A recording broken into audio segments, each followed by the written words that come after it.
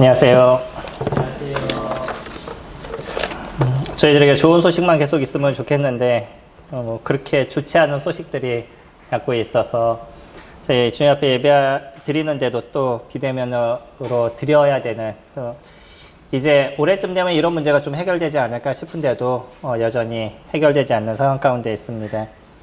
어찌하든 어떤 상황이든 그럼에도 저희들에게 주어진 환경 속에서 어떻게 주님을 예배하고 그 속에서 어떻게 주님을 높이느냐, 이것이 저에게 주어진 그 과제인 것이죠. 그럼 저희들이 그런 과제에 대한 부분을 어떻게 잘 이행해 나가고 그것을 잘 만들어 가느냐, 이게 크리스찬들이 갖고 있는 삶의 중심이다라고 이렇게 생각이 됩니다. 믿음이라는 것은 결국 어떠한 상황과 어떠한 모습 속에서도 믿음의 자녀의 합당한 모습을 드러내고 있느냐, 나타내고 있느냐, 그거에 대한 부분인 거죠. 말도 많고 탈도 많은 일본 동경올림픽이 이제 얼마 남지 않았습니다. 저도 사실은 날짜가 며칠인지도 잘 생각을 안 할 정도로 이번 올림픽에 대해서는 그렇게 관심이 없는 것 같아요. 더 큰 관심이 저에게 있다 그러면 이 올림픽이 시작되기 이제 열흘도 남지 않았는데 시작되기 전에 멈춰야 되는 것은 아닌가라는 생각이 있습니다. 어쩌면 이 올림픽으로 인해서 더 많은 확산이 전 세계적으로 일어날 수도 있기 때문에 참 고민이 되는 부분들이 적지 않게 있어요. 하지만 돈과 관련이 되어 있는 이 행사다 보니까 쉽게 그만두지 못하는 문제들이 있어서 물질적인 것이 사람의 목숨보다 더 소중한 것이 이 세계의 모습인 거죠. 안타까움의 모습이 없지 않아 있습니다. 올림픽을 보게 되면 그 선수들이 그 1년이라는, 그러니까 4년이죠. 4년이라는 시간을 이 하루를 위해서 수고하는 것을 봅니다. 그러니까 올림픽을 안 한다라고 얘기를 해도 만약에 제가 당사자라 그러면 참 어려울 거란 생각이 들어요. 4년이잖아요. 4년이라는 시간에 이거 하나를 위해서 살아왔었는데 올림픽이 열리지 않는다 그러면 그 사람들의 어떤 목적과 살아왔던 삶의 중심이 없어져 버리는 거죠. 그러니까 섣불리 안 했으면 좋겠다라고 얘기하는 것도 더 쉽지 않은 가운데 있는데, 그들이 이 하나를 위해서 그 오랜 시간들을 준비해 온다는 거예요. 특히 우리나라 양궁 같은 경우에는 세계에서 유명한 곳이죠. 우리나라가 세계를 지배하고 있어서 저희의 어떤 그 지도자들도 전 세계로 이렇게 많이 파송을 하고 있는데, 양궁의 모습을 보면 관역이 있어요. 그 정해져 있는 거리에 관역이 있는데 때로는 바람이 많이 불어서 사람이 이렇게 서 있어도 바람이 아주 많이 분다라는 거 느껴지는 상황에서도 화살을 쏴서 그 관역에다 맞춘다는 거예요. 참 놀라운 거죠. 그러니까 이 바람이 초속이 어느 정도 되느냐, 그래서 어느 정도 이 화살이 날아가다가 옆으로 흔들릴 거냐를 다 계산해서 화살을 쏴요. 그러면 그 화살이 정확하게 관역에 가서 이렇게 맞춥니다. 그런 만큼 그 훈련을 하고 그만큼 거기에 관심을 두고 수고하기 때문에 이루어져 가는 거죠. 그러니까 관역에서 벗어나지 않기라는 오늘 제목을 갖고 같이 교제를 나눌 것인데, 그 관역에서 벗어나지 않기 위해서는 그냥 이루어지지 않는다는 거예요. 그만큼의 수고와 그만큼의 헌신과 노력이 그들에게 있기 때문에, 그만큼의 훈련이 그들에게 있기 때문에 그 관역을 벗어나지 않는 그 화살을 쏠 수 있는 거죠. 저희가 한번 쏴보시기 바랍니다. 그들이 이 땡기는 그 화살을 땡기는 것조차 저희가 쉽지 않아요. 우리가 생각하는 것처럼 그렇게 쉽지 않습니다. 많은 훈련이 있을 때만이 그것이 가능한 거죠. 관역에 맞히는 게 아니라 땡기는 것조차도 쉽지 않은 저희들의 모습인데, 그들이 그 정확하게 관역에 맞출 수 있는 것, 이거는 크리스찬들이 생각해야 될 부분입니다. 저희가 관역에서 벗어나지 않는 것, 그 벗어나지 않는 인생을 산다는 거는 그만큼의 수고가 있지 않고는 그냥 이루어지지 않는다는 겁니다. 요한일서 오늘 같이 읽어본 것처럼 1절을 그렇게 시작합니다. 나의 자녀들아, 내가 이것을 너희에게 쓰면 너희로 죄를 범하지 않게 하려 합니다. 저희가 저번에 2주 전에 살펴봤던 말씀에서는요, 4절에 그렇게 얘기하죠. 우리가 이것을 쓰면 우리의 기쁨이 충만하게 하려 합니다. 서두를 그렇게 시작하고 있어요. 그러면 요한일서를 쓰는 데 있어서의 중심은 내가 이것을 너희에게 적는 것은 너희가 기쁨을 누리는 인생을 살아가게 하기 위해서 내가 이 요한일서를 쓴다라고 얘기를 하죠. 근데 또 2절에서는 이와 같이 다시 한번 이야기합니다. 내가 이것을 너희에게 쓰면 너희로 죄를 범하지 않게 하려 함이라. 그러니까 기쁨을 누리는 삶에 수반되는 것이 무엇이냐면 죄를 짓지 않는 인생이다라는 것을 저희들이 알 수 있는 거죠. 저희들은 기쁨을 얻는 삶을 살기를 원합니다. 어떤 크리스찬도 아니 어떤 사람도 마찬가지로 즐거움과 기쁨이 가득한 삶을 살기를 원하는 게 인생에 대한 모습인 거죠. 이것은 하나님께서 저희들에게 부여해 주신 겁니다. 이거는 어떤 특정한 사람에게만 주어진 것이 아니라 모든 사람에게 하나님께서 주신 거예요. 그러니까 우리는 그 기쁨을 누릴 수 있는 자격이 있는 것이고 우리는 그 기쁨을 누리는 삶을 살아가야 된다는 거죠. 이건 하나님께서 저희들에게 주신 것이에요.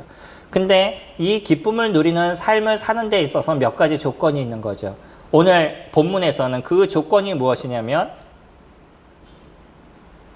죄를 짓지 않는 거다라고 이야기를 합니다. 단순하게 하나님께서는 죄를 싫어하시기 때문에 우리가 죄를 짓지 않는 거예요 라고 얘기하지만 그래서 그냥 그 조건에 맞추기 위해서 나는 죄를 짓지 않는 그런 것이 아니고요. 하나님이 우리에게 왜 죄를 짓지 말라라고 얘기하는지에 대한 그 근본적인 것을 우린 지난 시간에도 잠깐 살펴봤습니다. 우리가 죄를 짓지 않는 이유는 결국은 뭐냐면 하나님 저희들에게 더 많은 것을 주시기 위한 것이고 하나님 스스로가 죄와는 상관이 없는 인생을 사시는 분이기 때문에 다시 얘기하면 그분은 죄가 없으신 분이기 때문에 당연히 그와 함께 살아가는 저희들의 삶에도 이 죄에서 벗어난 인생을 살아가야 된다는 거죠.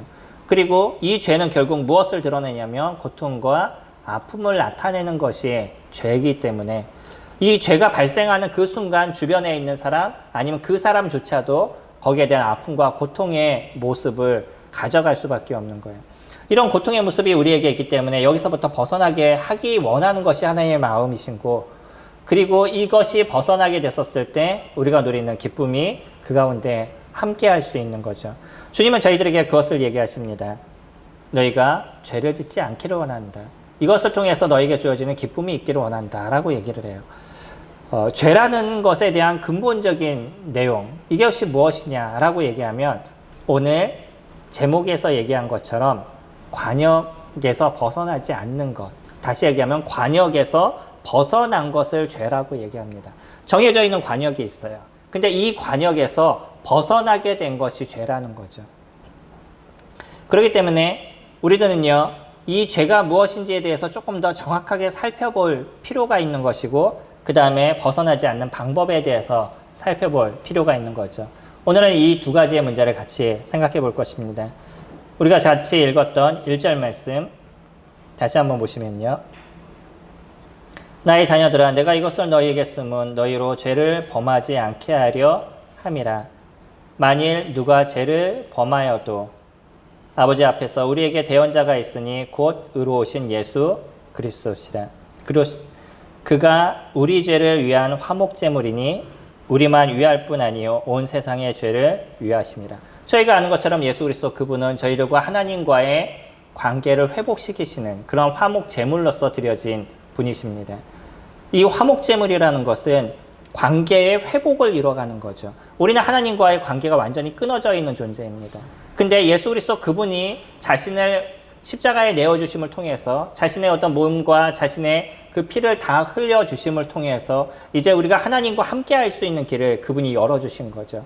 이 아름다움의 일들을 그분이 만들어주셨는데 이것은 단번에 이루어주신 것이지만 동일하게 우리가 하나님과의 끊임없는 화목을 이루어가게 하기 위해서 누구의 모습이 필요하냐면 예수 그리스도의 모습이 저희들에게 필요하다는 것이에요. 우리는 여전히 죄를 지을 수 있는 존재입니다. 이 죄에 대한 대가를 예수 그리스도 그분이 완전하게 해결해 주셨음에도 불구하고 여전히 우리가 살아가는 듯 삶 가운데 나타나는 이 육신적인 죄에 대한 모습들,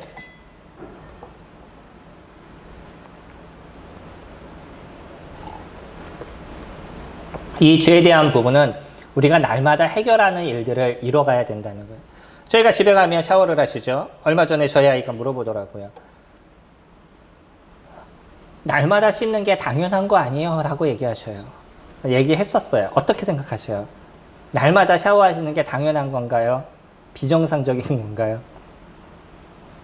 당연하게 날마다 샤워를 하시죠. 근데 저 때는요, 제가 어릴 때 기억을 해보면, 1년이래. 한 달에 한 번 목욕하는 것. 1년에 한 번 목욕하는 게 우리가 하는 일이었었어요. 그럼 평상시에는 거의 샤워를 하지 않는 것이었죠. 물론 집집마다 좀 다를 겁니다. 조금 잘 사시는 분들은 뭐 매일마다 샤워하는 모습을 가져갈 수도 있었지만, 그런 구조가 잘 되지 않는 사람들은 목욕탕을 가야 돼요. 근데 목욕탕을 자주 가지 못하니까, 2주에 한 번, 아니면 한 달에 한 번, 그 정도 목욕탕을 갔었어요. 그러다 보니까 저희 나라 문화가 있잖아요. 때를 미는 문화가 그래서 나타날 수밖에 없었던 거죠. 한 달에 한 번 목욕탕을 가면 당연히 때가 많을 수밖에 없잖아요. 그러니까 때를 밀어야 되는 거죠. 지금은 그것이 트렌드가 돼서 외국에서도 우리나라 때미는 문화의 어떤 즐거움을 함께 나누기 위해서 우리나라에 오면은 때미리를 해본다라는 얘기도 이렇게 듣게 되는데, 지금은 그게 그냥 그 하나의 그 문화를 체험하는 모습으로 외국 사람들이 해나가지만, 예전에는 그럴 수밖에 없는 환경이었다는 거죠. 근데 매일마다 샤워를 하지 않으면요, 당연히 그 때가 많아질 수밖에 없는 거죠. 그것처럼요, 저희가 주님 앞에 매일마다 나아가는 인생을 살아가지 않으면 당연하게 우리가 어떠한 죄가 우리를 지배하고 있는지조차도 알지 못한다는 거예요. 매일마다 샤워하시는 분과 보름마다 샤워하시는 분, 한 달마다 샤워하시는 분들의 모습이 다를 거예요. 그러면 내가 얼마만큼 지저분하거나 얼마만큼 내 안에서 냄새가 나는지조차도 자기 스스로 인지하지 못하는 거죠. 나는 그냥 내 안에서 살아가요. 내 모습에서 살아나가니까 나한테서 어떤 냄새가 나도 그것에 대해서 나는 잘 알지 못하는 거예요. 사람들이 자기의 채취를 잘 맡지 못하는 거죠. 이거는 매일마다 내가 맡기 때문에 내 스스로는 그것이 무감각해져 버리는 거죠. 우리 죄에 대한 문제가 그렇습니다. 내가 하나님 앞에 나아가는 그러한 삶을 살아가지 않으면 어떤 죄가 나를 지배하고 있는지 그조차도 내가 인지하지 못한다는 것이에요. 그리고 이 죄가 무엇인지에 대해서도 내가 인지하지 못하다 보니까, 그러면 죄에 대해서 내 나름대로의 생각을 갖게 되는 거죠. 죄가 무엇이라고요? 관역에서 벗어나는 것입니다. 그렇다고 하면 이 관역은 무엇이에요? 하나님의 안에 있는 거죠. 하나님 안에서 벗어나는 것을 이 관역이라고 얘기를 합니다. 그렇다고 그러면 우리가 조금 더 고민해 봐야 될 것이 있어요. 일반적으로 죄라고 얘기하면 사람들은 내가 생각해 놓은 몇 가지를 얘기를 합니다. 뭐 술을 마시는 거라든지, 담배를 핀다는 건지, 사람을 때리는 거라든지, 욕을 하는 거라든지, 뭐 신호를 위반하는 거라든지, 뭐 이 정도를 갖고 우리는 죄라는 생각을 갖게 되는데, 제가 예전에 들었던 한 가지 이야기 중에 좀 마음에 어려움이 됐던 이야기가 있었어요. 그게 어떤 목사님이 했던 얘기인데, 나는 속도 위반을 하는 것에 대해서는 죄라고 생각하지 않는다. 속도 위반을 해서 만약에 딱지를 끊으면 뭐 딱지에 대한 돈을 내가 내면 되는 것이지, 뭐 그거는 그렇게 큰 문제가 되지 않는다라고 얘기하시더라고요. 어떻게 생각하셔요? 그거는 죄인가요? 아니면은 그래도 되는 건가요? 사실은요, 나라에서 정해진 법을 지키는 게 우리들의 모습인 거잖아요. 하나님의 법 안에서 이 나라에 대한 법이 함께 있는 것이기 때문에 어떤 것은 거기에 포함이 될 수도 있고 포함이 되지도 않는, 소위 얘기하는 교집합으로 들어가 있는 거죠. 그런 거기 때문에 지켜야 되는 기본적인 거는 저희가 지켜가야 되는 게 당연한 모습인데, 그것을 자기 나름대로의 어떤 생각에서 재단을 해버린 거예요. 그럼 하나님께서 원하시는 것이냐, 아니면 자기가 원하는 거냐는 거죠. 버나드 맨팁이라는 사람의 그 별들의 우화라는 책이 있습니다. 이 책에서 그분이 했던 얘기가 있는데, 사람들이 갖고 있는 자만심과 허영심, 이 문제가 어떤 것을 일으키냐면 오히려 이 자만과 허영으로 인해서 이 세계에 더 많은 병원들이 생겨났다라고 얘기합니다. 거기에서 얘기하는 이유들이 많은 부분들이 있을 거예요. 우리나라에서 선교사를 파송하면 제일 먼저 선교사가 가서 하는 일이 무엇인지 아셔요? 그 지역에 학교를 세우거나 병원을 세우는 것이에요. 근데 그래서 진짜 영혼을 위해서 그 일을 이뤄가는 사람이 있는가 하면, 내가 이곳에 와서 사역을 잘하고 있습니다라는 걸 보여주기 위해서 그걸 사업으로 만들어가는 경우들이 있다는 거예요. 그러니까 이분이 얘기하고 있는 하나의 모든 사람이 그렇다라고 얘기하는 것이 아니라 사람들 안에 갖고 있는 이 자만심이나 허영심, 이것으로 인해서 겉으로 보기에는 좋은 일들이 많이 발생하고 있다는 거예요. 뭐 선교사들이 다른 데 가서 병원을 많이 짓는다든지, 아니면 우리나라 자체에서도 어느 기업들이 그냥 내 기업이 자선사업을 하고 있어요 라는 것을 보여주기 위해서 병원을 짓는다든지, 뭐 이런 일들이 발생하고 있다는 거죠. 그러면 그들이 하고 있는 동기가 옳은 동기인가요? 동기는 그렇게 옳다라고 보여지지 못해요. 근데 무엇은 좋게 나타나냐면 결과는 좋게 나타나는 거죠. 성도님들은 소설을 많이 읽으시거나 그러시진 않잖아요. 근데 뭐 예술을 또 많이 접하시거나 그러진 않죠.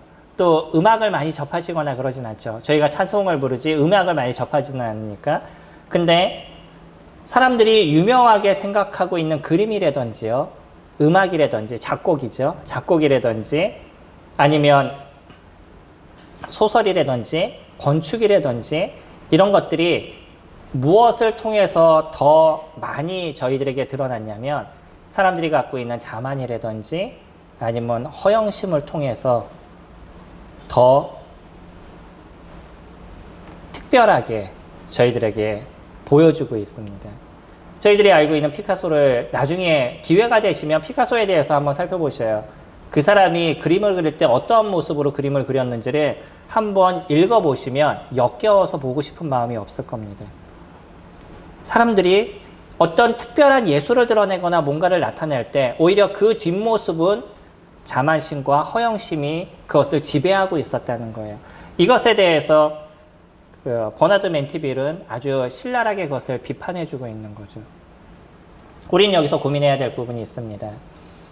과연 결과가 좋으면 그것이 다 통용될 수 있느냐는 거죠.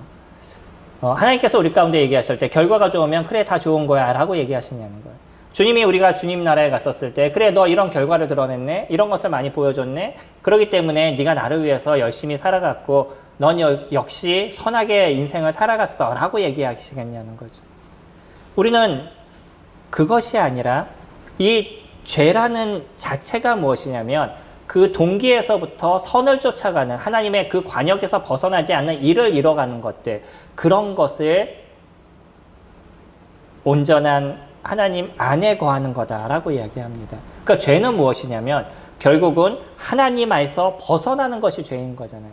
인간이 생각하고 있는 몇 가지에 대한 부분들, 내가 생각한 이런 것이 죄예요 라고 생각하는 그것으로 다 죄를 표현할 수 있는 것이 아니에요. 죄는 뭐냐면 결국 하나님께서 얘기하신 하나님의 말씀의 그 관역에서 내가 벗어나고 있느냐, 다시 얘기해서 하나님 안에서 벗어나는 모습을 갖고 있느냐 그러지 않느냐를 살펴볼 수 있는 거죠.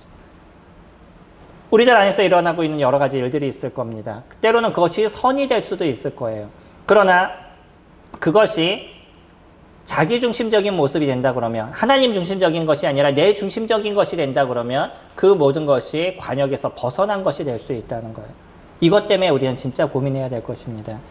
하나님이 우리가 인생을 살아가는 삶의 많은 것에 있어서 진짜 나를 위해서 네가 그 일을 이뤘는지에 대해서 판단하시게 될 거예요. 우리가 말씀을 읽을 때 언제나 하는 부분이 있죠. 이제 내가 사는 것은 나를 위하여 자신을 주신 하나님의 아들이신 예수 그리스도 안에서 사는 것이다 라고 표현하죠. 우리가 갈라디아서 2장 20절의 말씀을 같이 읽게 됐었을 때는 그것이 우리들 일생 속에서 실질적으로 나타나는 인생을 살아야 된다는 거예요. 그것이 우리들의 삶에서 진짜 나타나고 있는 모습이냐는 거죠. 내가 사는 것이 아니라 나를 위해서 자신을 주신 하나님의 아들을 믿는 믿음 안에서 사는 그런 믿음이 나에게 나타나는 인생을 살아가느냐. 그러니까 내 중심적인 인생이 아니라 하나님 중심적인 인생을 내가 살아가고 있느냐에 대한 부분을 판단해 봐야 된다는 거예요. 그래서 거기서 벗어난다면 우리는 무엇에서 벗어난 인생이 되고 있냐면 관역에서 벗어난 인생이 되고 있다라고 얘기해요. 하지만 우리가 우리 스스로를 보지만 여전히 관역에서 벗어나는 많은 부분들이 있을 수 있습니다. 그렇기 때문에 누가 필요하다고요? 우리의 대원자이신 예수 그리스도, 그분이 필요하다라고 얘기해요. 그렇기 때문에 날마다 예수 그리스도 앞에 나아가는 것이고, 그렇기 때문에 날마다 예수 그리스도 그분 앞에 무릎을 꿇는 그런 인생을 저희들이 살아가야만 된다는 거죠. 그동안 앞에 나가는 인생을 우리가 살아가지 않으면 여전히 우리는 샤워를 하지 않아서 때가 자꾸 나의 몸에 점점 커져가고 있음에도, 점점 두꺼워져 가고 있음에도 불구하고, 내 몸에서 점점 악취가 나고 냄새가 남에도 불구하고 그것에 대해서 내 스스로가 인지하지 못하는 인생을 살아가고 있게 된다는 거예요. 제일 중요한 것은 있습니다. 무엇이냐면 그 죄에 대해서 인식하지 못하는 인생을 살아간다 그러면 그건 크리스찬이라고 얘기할 수 없다는 거예요. 이것에 대한 관심이 별로 없다 그러면, 그 문제에 대해서 고민하거나 그것으로 인해서 아파하는 양심의 모습이 있지 않다 그러면 그건 크리스찬이 아닐 겁니다. 왜냐하면 성령 하나님이 우리 안에 계시잖아요. 그분은 끊임없이 우리를 움직이시고 우리의 양심을 건드리는 일을 이뤄가시기 때문에 그 성령 하나님께서 우리로 하여금 거기서 벗어날 수 있도록 계속적으로 만들어 가신다는 거예요. 이스라엘 백성들이 하나님의 선택함을 받았습니다. 그들이 하나님의 선택을 받아서 그들 안에서 일어난 하나님의 역사는 세계 어떤 곳에서 일어났던 하나님의 역사보다도 더 놀랍게 그들에게 보여줬었어요. 예수 그리스도 그분도 그런 표현을 쓰시죠. 내가 너희들에게 보여줬던 이 기적과 이적을 두로와 시돈에서 했었다 그러면 벌써 그들이 주님 앞에 돌아왔을 것이다 라고 얘기를 하죠. 그만큼 많은 이적과 기적을 이스라엘 사람들에게 보여주셨어요. 구약에서는 하나님께서 직접적으로 보여주시고 신약에 와서 예수 그리스도 그분이 보여주셨어요. 그럼에도 불구하고 그 이스라엘 백성들이 하나님 앞에 온전하게 거하였냐? 그러지 않다는 거죠. 그렇기 때문에 이스라엘 백성들은 세계 그 어떤 나라보다도 더 혹독한 무엇을 당했죠? 고통을 당했다는 거예요. 그들이 하나님 앞에 거할 수 있는 유일한 길은 무엇이냐면, 그들이 하나님 앞에 돌아올 수 있는 유일한 길은 그 고난을 통해서 다시 주님을 찾고 하나님을 찾는 길이었던 거죠. 왜 크리스찬들에게 고난이 많아요? 왜 세상 사람들에게선 일어나지 않는 일들도 크리스찬들에게는 일어나죠? 그 일어남에 대한 부분은요, 여전히 내가 갖고 있는 일들에 대해서 주님 앞에 내려놓고 주님 앞에 다시 돌아오기를 원하는 하나님의 마음이시라는 거예요. 그래서 내가 갖고 있는 이 잘못된 찢기를 계속적으로 벗어내는 그런 인생을 네가 살아가기를 원하는 것. 그래서 좀 더 정결한 모습으로 주님 앞에 나아가기를 원하는 것이 주님의 마음이신 거예요.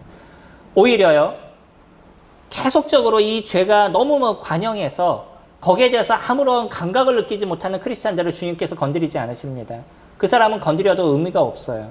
근데 하나님 앞에 더 나가기를 원하고요, 또 주님을 더 찾기를 원하는 그런 사람들에게 더 많은 부분에 있어서 세밀하게 인생을 살아갈 수 있는 것, 죄에 대해서 더 세밀하게 자신을 느끼고 벗어갈 수 있는 길을 주님께서 만들어 가신다는 거예요. 더 온전한 모습이 되기를 원하신다는 거죠.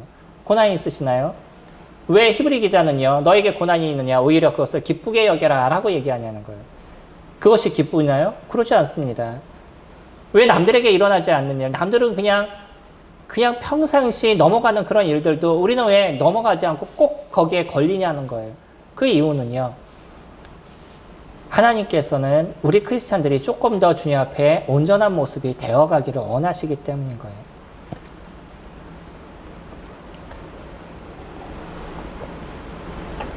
그래서 우리가 대원자이신 예수 그리스도 그 앞에 나가는 일들을 이뤄감으로 우리들 안에 더 정결함과 관역에서 벗어나지 않는 그런 삶을 매일마다 살아가기를 원하시는 것. 그것이 주님의 마음이신 거죠.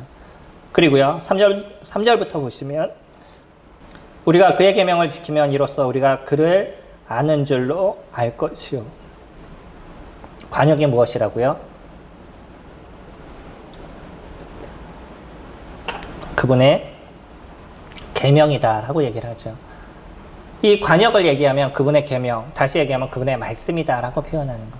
이 말씀에서 벗어나게 됐었을 때, 하나님의 계명에서부터 우리가 벗어나게 됐었을 때 그것을 죄다라고 얘기하는 거죠. 그렇기 때문에요, 크리스찬들이 갖고 있는 가장 중요한 부분들, 이 계명을 지키는 인생을 살아가느냐는 거예요.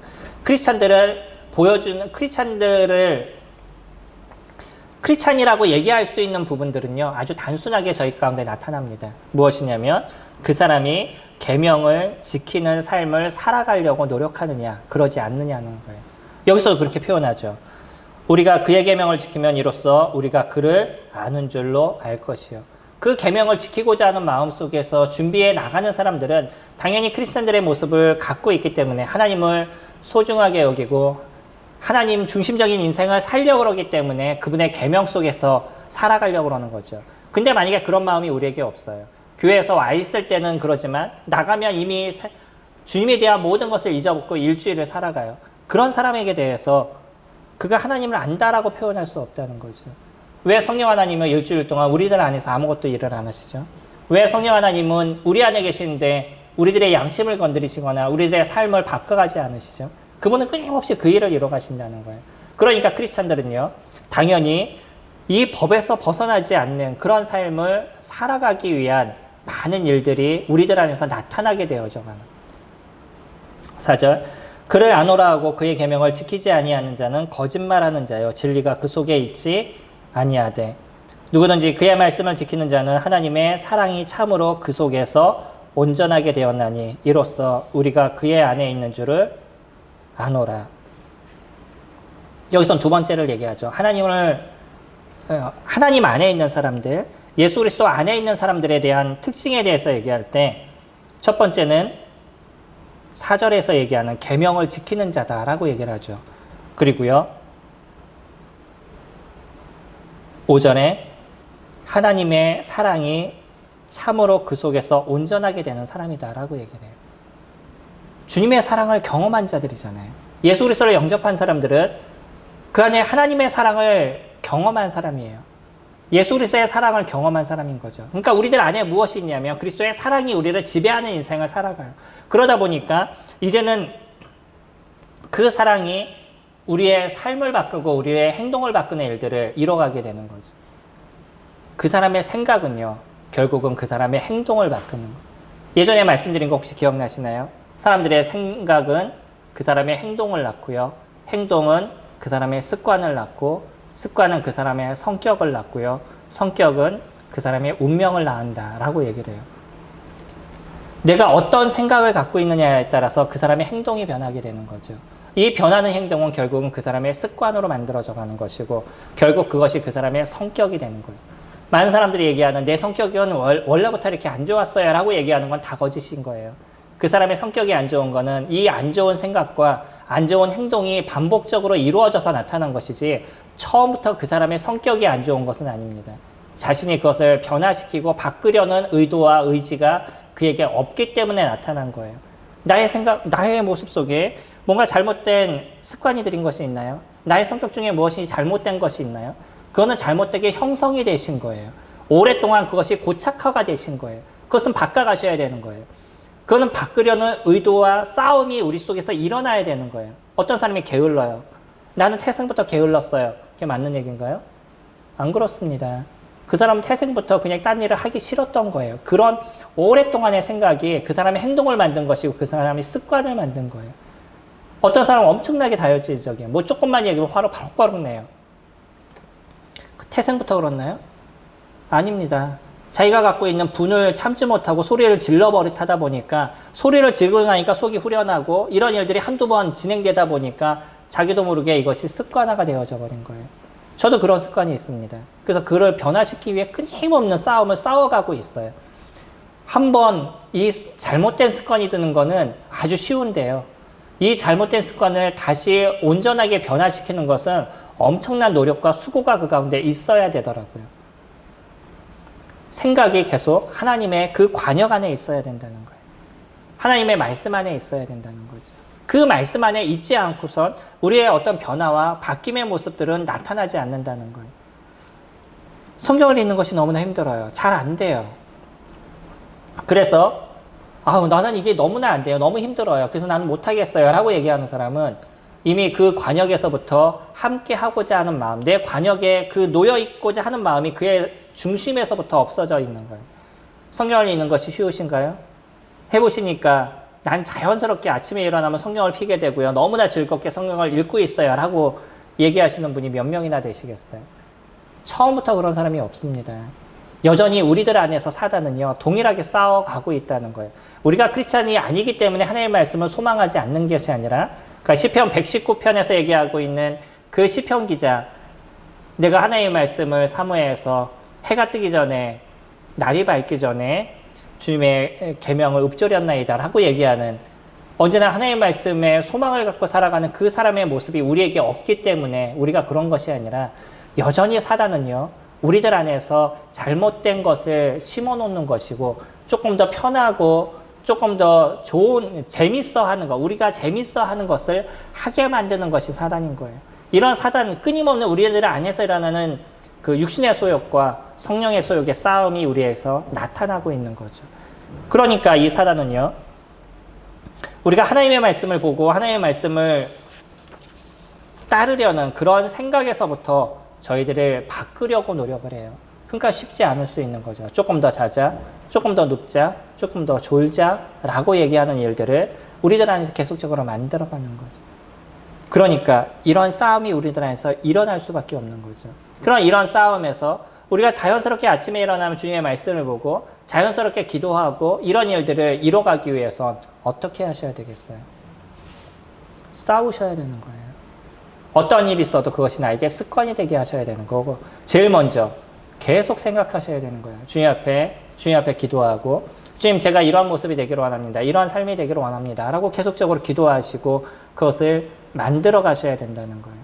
왜? 우리가 주님을 믿었다라고 얘기하고 우리 안에 성령님이 계신다라고 얘기하고 이 성령 하나님께서 우리에게 가장 큰 능력을 베푸실 그분이시고 세상을 만드신 그분이시고 하나님께서 우리를 구원하실 때도 함께 하셨던 그 능력의 성령 하나님이시라고 얘기하면서 그 능력의 하나님이 나의 삶을 변화시키고 바뀔 거라는 생각에 대해서는 안 될 거라고 얘기하는 거예요.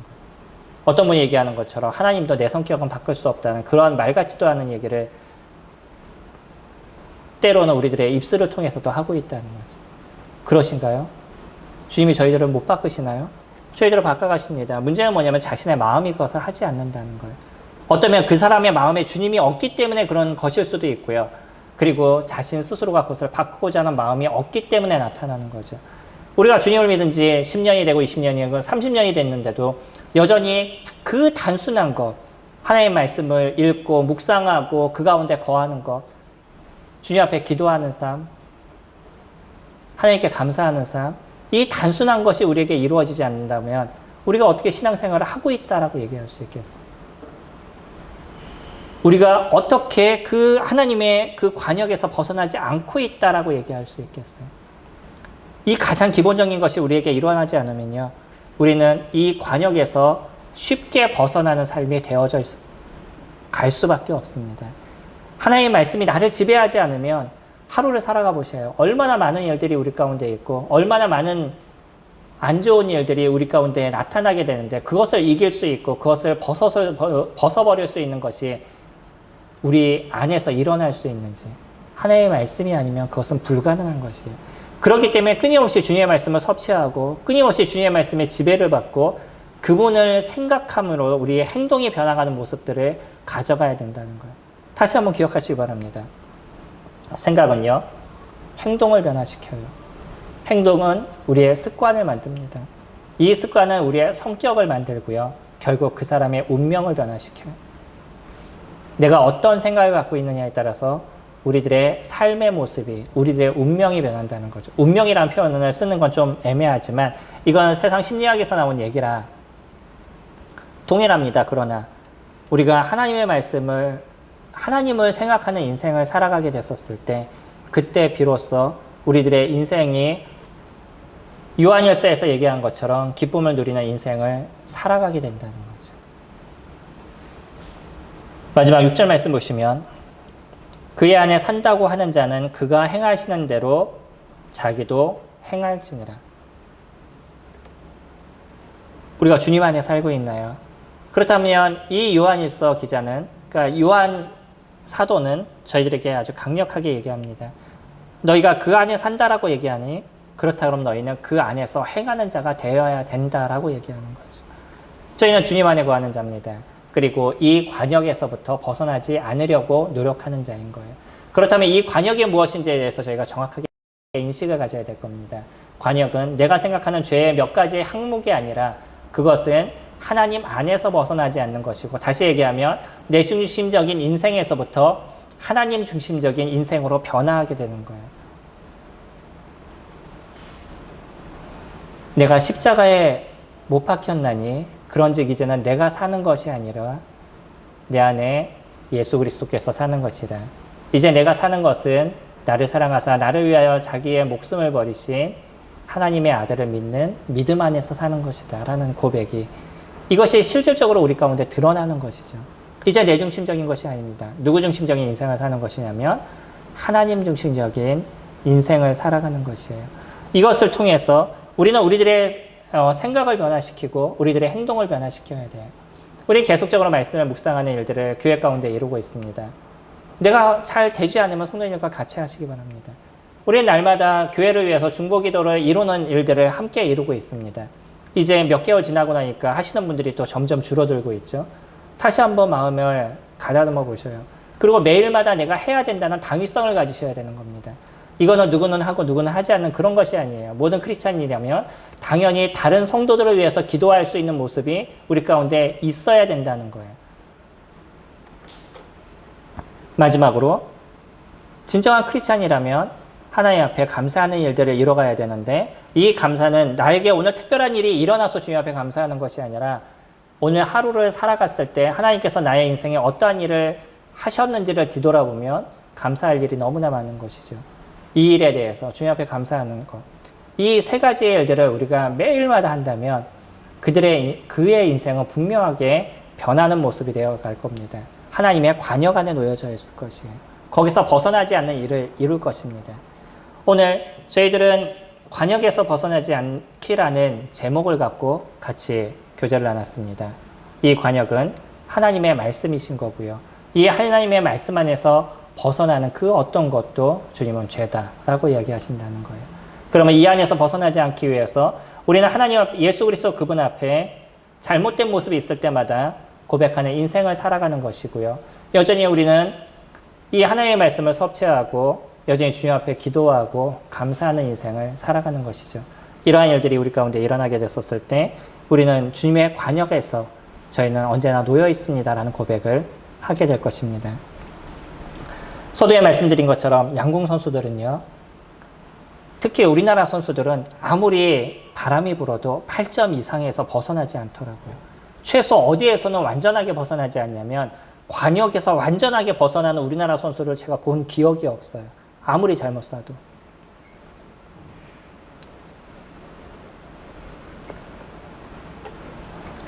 화살을 잡고 있다. 화살을 놓치지 않는 이상. 그게 크리스찬들의 모습이다라고 생각이 됩니다. 그만큼 훈련되고 그만큼 준비가 됐었을 때 거기서 벗어나지 않는 인생을 저희들이 살아가는 거죠. 주님의 관역에서 벗어나지 않는 저와 성도님들이 되시기를 소망합니다.